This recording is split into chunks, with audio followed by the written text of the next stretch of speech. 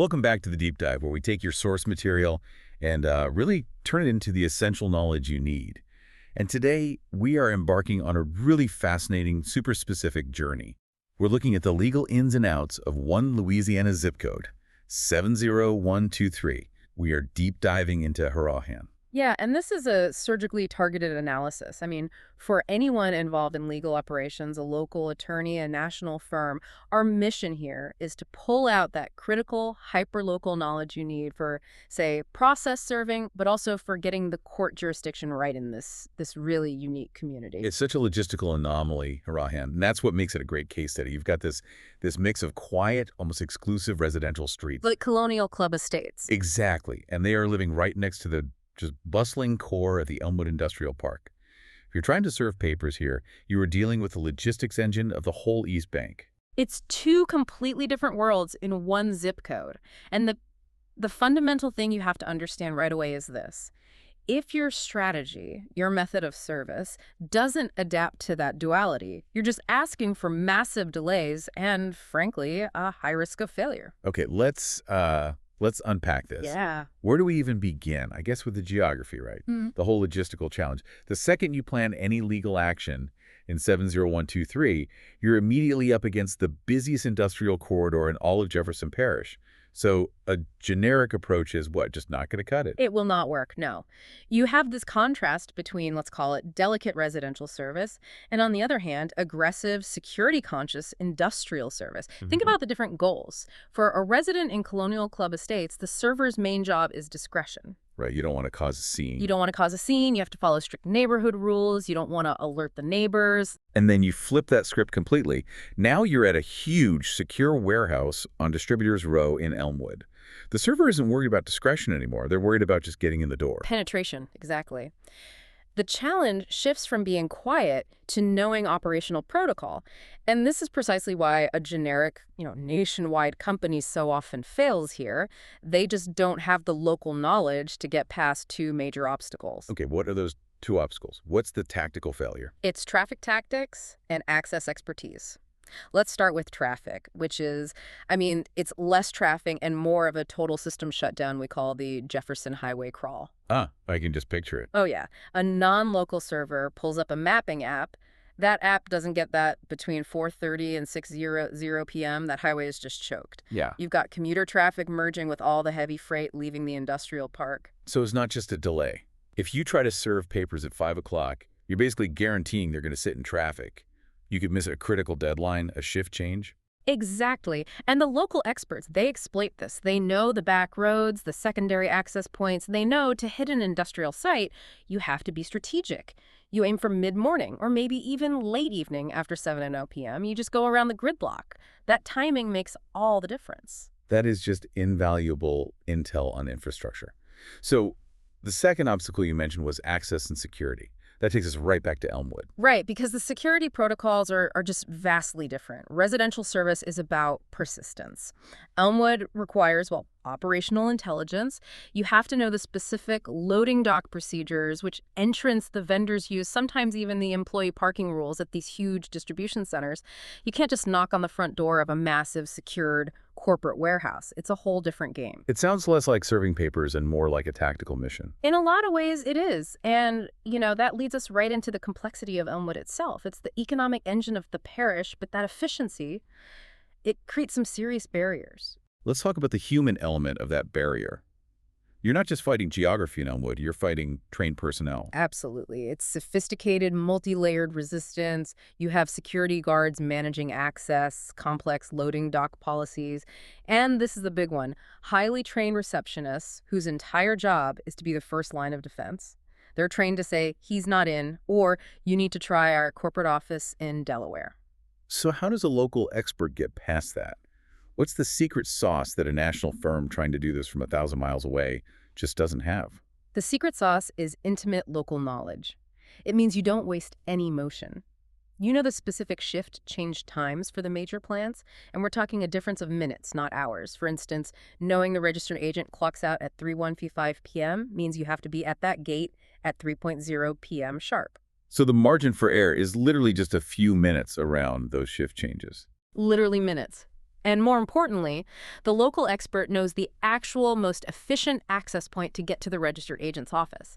They bypass the loading docks and the main security gates that are just designed to frustrate you. They don't waste time arguing with a receptionist who can't help them anyway. And we have some pretty clear proof of this in the source material, right? There's that testimonial from a corporate counsel about a serve in Elmwood.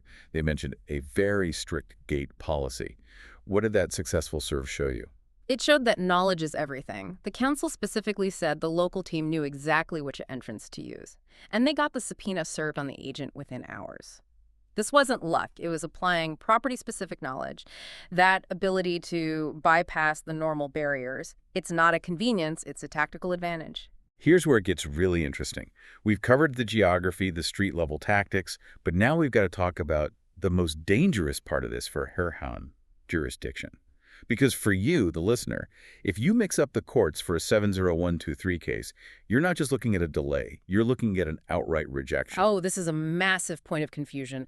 Harahan is on the east bank of Jefferson Parish, and the whole judicial system is structured by geography and by monetary value. You have to understand this system. Okay, so let's define the two courts that handle Harahan cases. Right. So Jefferson Parish splits its docket.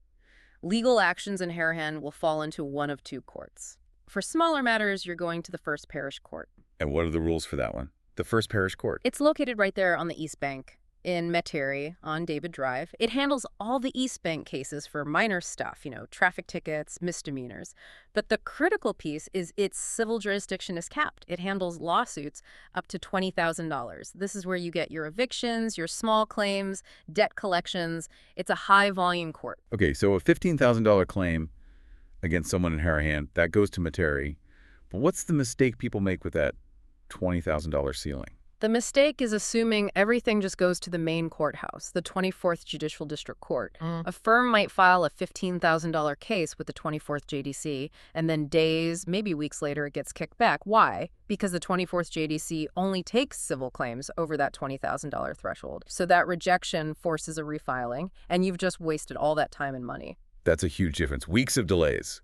So where does the 24th JDC fit in? The 24th JDC is for everything else. All major civil cases over that $20,000 mark, all felonies, and all family law divorce custody for the entire parish. Both East and West Banks. Both East and West Banks. But the location of this court adds a major logistical headache for any Harahan case. How so? Well, even though your case started in Harahan on the East Bank, the 24th JDC courthouse is across the Mississippi River. It's on the West Bank in Gretna.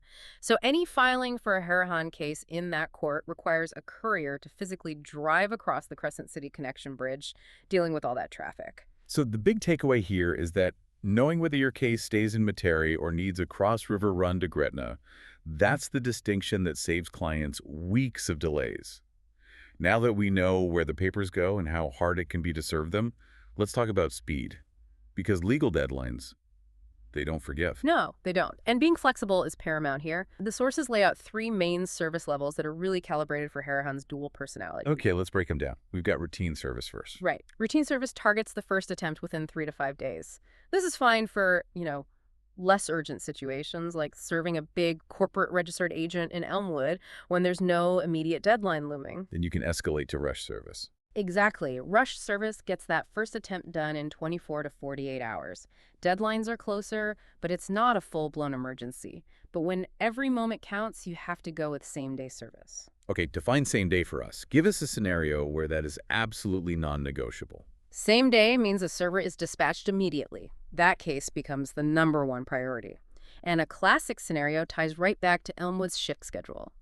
Let's say you need to serve a temporary restraining order, a TRO. You're trying to stop a company from moving assets, and you know the person in charge leaves the warehouse at 4:00 p.m. You cannot wait 24 hours. Missing that small window could mean the TRO is completely useless. That really puts the value of speed in focus. Yeah. But what about the alternative? Why not just use the Harahan police? That's a great question, and the answer is about priorities. The Harahan PD's main focus is public safety, criminal stuff, managing that insane highway traffic. So while they can and do serve civil papers, it's just not their primary function. So using a private server means your papers don't get stuck at the bottom of a pile. Precisely. A private process serving agency is focused only on your civil documents. It guarantees that your time-sensitive papers won't get lost in the shuffle of other police work. You get predictable delivery on your schedule. And it seems like it's more than just serving papers. The local experts offer a whole suite of services. Absolutely. It's about providing seamless support. So yes, process serving, but also court filing, especially handling those complex runs to the 24th JDC. Also, skip tracing to find people, specialized legal courier services, registered agent services, even a mobile notary. It's all designed to make your entire operation in the parish more efficient. So what does this all mean? It means that to be effective in Harahan in 70123, you have to master the MICROMAP. It really all boils down to three main challenges. First, recognizing that residential versus industrial divide. Knowing that a home in Colonial Club Estates is about discretion, while a warehouse in Elmwood is about tactical timing. Second, mastering the logistics of industrial access. That means using traffic tactics to beat the Jefferson Highway crawl and having that specific knowledge to get past security gates and receptionists. And third, getting the court jurisdiction right. Knowing if your suit is under $20,000 and belongs in Metairie, or if it's a major case that needs that long, complex courier run over the bridge to Gretna. And, of course, the necessary disclaimer. The information we've talked about today is for education purposes. It's drawn from the expertise of a professional process-serving agency, not a law firm. So this is not legal advice. You should always consult a qualified Louisiana attorney for your specific case. But the larger thing to roll over here as you wrap up this deep dive is how this seemingly trivial local knowledge can have such a huge impact on high-stakes legal outcomes. I mean, the efficiency of your whole case could depend entirely on whether or not a specific warehouse's loading dock protocol. Or the exact financial limit of the First Parish Court. That intimate knowledge of the MICROMAP, that granular local information, that's the real shortcut to getting things done effectively. You have to wonder how many big legal outcomes really hinge on just mastering neighborhood-level trivia. Use this knowledge wisely in your future research. We'll catch you on the next deep dive. Until then. Thank you for listening.